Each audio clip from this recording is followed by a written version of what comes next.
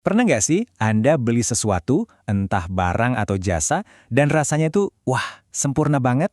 Atau sebaliknya, malah bikin kecewa berat? Nah, di balik itu semua, ada sebuah filosofi manajemen yang namanya Total Quality Management, atau TQM.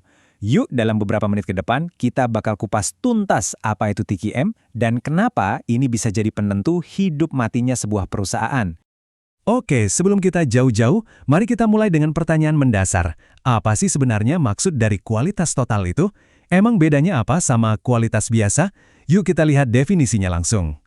Gampangnya gini, TQM itu bukan cuma soal ngecek barang di akhir proses produksi.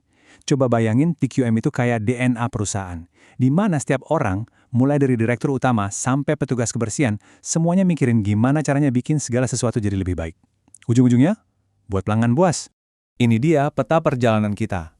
Kita mulai dari dasarnya, bedah elemen-elemen pentingnya, lihat alat-alat yang dipakai, tantangannya apa aja, dan terakhir kita lihat contoh nyatanya. Siap? Langsung aja kita mulai. Oke, bagian pertama. Mari kita lihat dulu gimana cara orang mandang kualitas itu berubah drastis dari zaman dulu sampai sekarang. Dulu tuh ngomongin kualitas itu kayak ngomongin satpam di ujung pabrik. Tugasnya cuma satu, nyari produk yang cacat. Udah.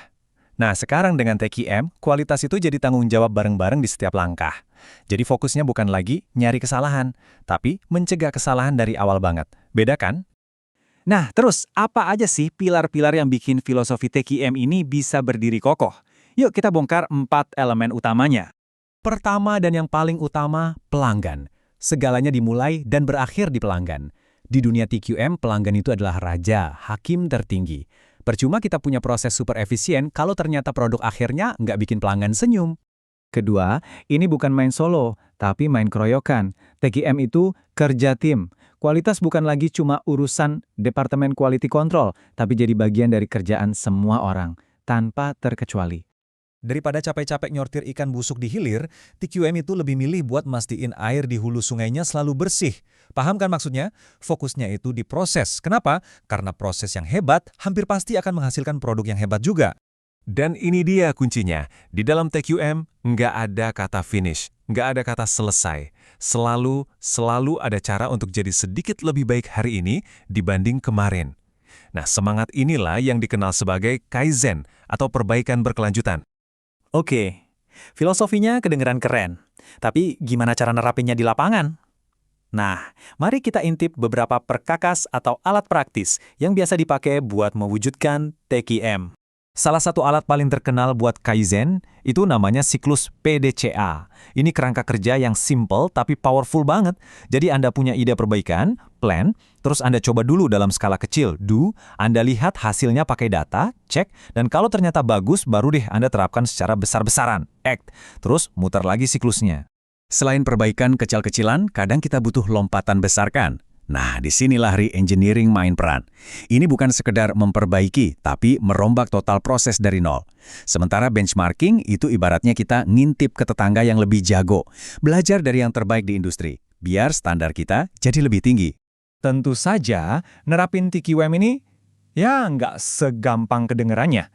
Pasti ada tantangan, dan di sisi lain, ada juga faktor-faktor pendorong keberhasilannya. Coba kita lihat dua sisi mata uang ini. Nah, lihat deh, di satu sisi penghalangnya itu klasik.